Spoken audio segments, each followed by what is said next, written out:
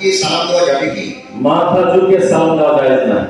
সালাম আলাইকুম দেশি, হ্যাঁ দেশিদের তরিকা, দেশি তরিকা করবেন সালাম আলাইকুম, আর একটা সালাম আলাইকুম, হ্যাঁ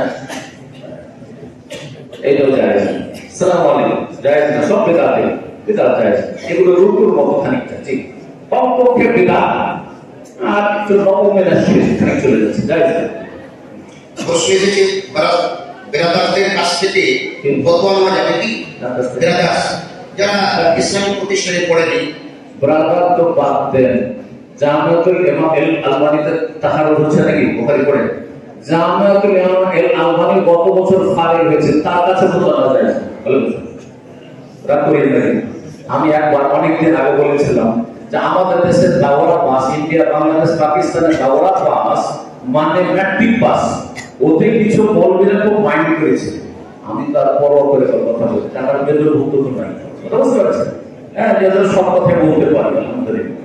তো একটা ছেলে 10 বছর স্কুলে পড়লে সে ম্যাট্রিক পাস হলো, আর আপনি 8 বছর পড়ে আপনি আল্লাহ দিয়ে গেলেন, আপনি শেয়ার হয়ে গেলেন। আশ্চর্য কথা, আপনি মাধ্যমিক পাস করেছেন, আপনি আপন জায়গায় থাকেন, আপন জায়গায় থাকেন, আপনার সামনে বড়রা আছে তাদেরকে বলবো, এটা হচ্ছে সালাতের তরিকা। এমনকি অন্যের কাছ থেকে কিছু শিখতে হয়। আগে সমাজের লোক দেওবন্দীদের মধ্যে বড়দের এত ইস্তেহতারাম আছে যে দেওবন্দ ছাড়া অন্য জায়গায় ফতোয়া নেবে না, কিন্তু আমাদের আহলে হাদিস এইসব অঞ্চলের সাধারণ মৌলবি যদি হয়, আমাদের মর্যাদা জমিতে হাদিস ইসলাম মানা ফতোয়া হয়, বলে হোম রেজাল্ট ওরাও রেজাল্ট, ওরা মানুষ আমরা ঠিক না? খেলতে আসে ইসলামকে ফতোয়া দিলেই আপনি ইফতার জন্য তাসাত্তুরুল ফুতওয়া ফতোয়ার জন্য তালাক অল্লাহ ভাই লাগে। আমার কাছে হোয়াটসঅ্যাপে কবজের প্রশ্ন আসে যেগুলো আমি ইগনোর করি, বুঝলেন না?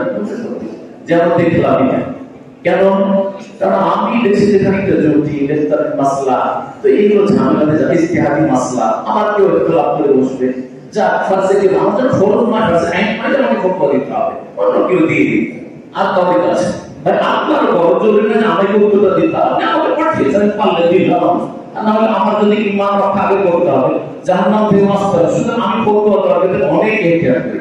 যখন দেখি দিনের মতো উজ্জ্বল মাসলা তখন সহজে ফতোয়া দিই, আর যদি দেখি যাতে এখানে খানিকটা ইজতিহাদের সুযোগ আছে, এদিক আছে বা এটা হচ্ছে নওয়াজের নতুন ফতোয়া, এই নতুন ফতোয়া এই সম্পর্কে কে কি বলেছে না বলছে হুট করে একটা আয়াত হাদিস সামনে রেখে দিলাম ছড়ে একবারে, মোটে আমি কাজ করি না।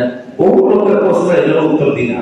জি সে আমার প্রশ্ন হলো, 7 দিন ছেলে ও মেয়ে হলে মাথা নাড়া না মাথা নাড়া করতে হবে, এটা কি ছেলে ও মেয়ে দুজনকে মাথা নাড়া করতে হবে না না করলেও হবে? জি, বাচ্চা 7ম দিনে ওয়ায়ুহুল্লাহ ও রাসূল মাথা মুন্ডন করতে আছে, সেখানে হাদিস মওজুদ আছে। আরো ওলামারা ছোট বড় সবাই প্রায় আরো ওলামারা তারা বলছেন যে এটা শুধু ছেলেদের ক্ষেত্রে, মেয়েদের মাথা মুন্ডন ভূমিষ্ঠ হওয়ার পরে চলবেই না।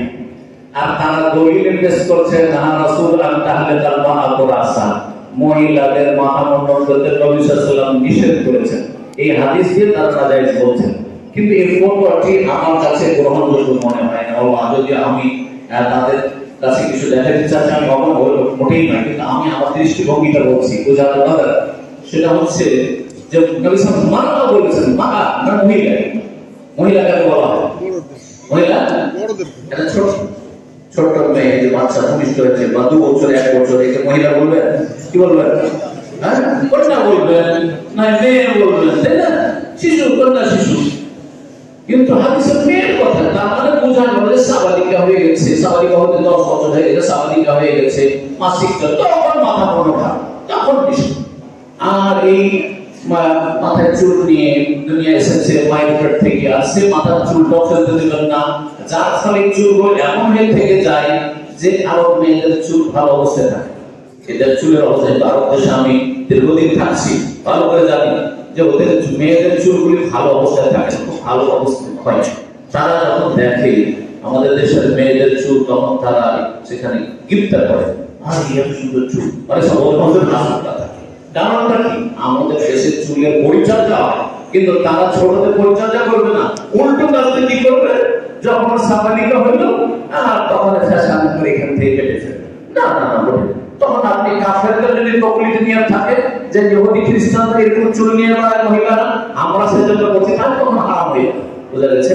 এই জন্য আমি বলছি যে ছোট মেয়ে হইলেও মাথা মুন্ডন করা যাবে, এটা আমার কাছে, তবে ইখতিলাফের সুযোগ আছে।